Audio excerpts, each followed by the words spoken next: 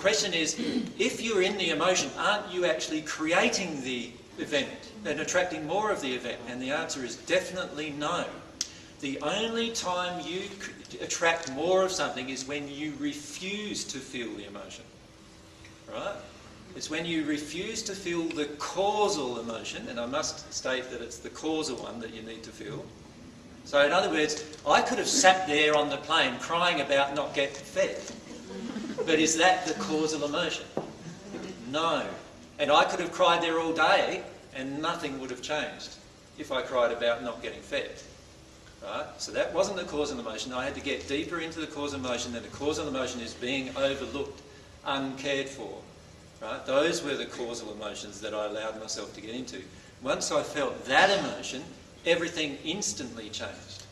So the lady that was talking earlier about drinking in the family, we didn't actually get to, you asked us what we thought the deeper emotion was, and we didn't get to it. The deeper emotion in terms of with regard to this, with regard to being angry, is always that I'm avoiding this deep grief that I feel inside of myself. I don't want to experience the deep, painful grief that I actually feel, that I've tried my hardest in my life and nothing seemed to work. Do you follow me? And that emotion is the causal emotion.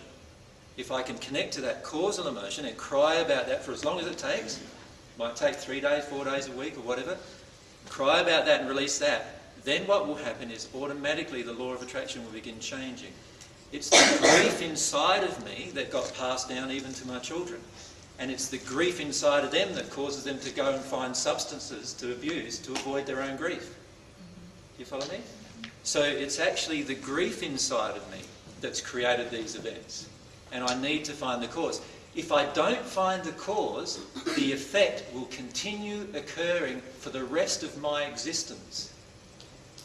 And I don't mean just your earthly existence. I mean the rest of your existence, even in the spirit world, until you find the cause and release it inside of you.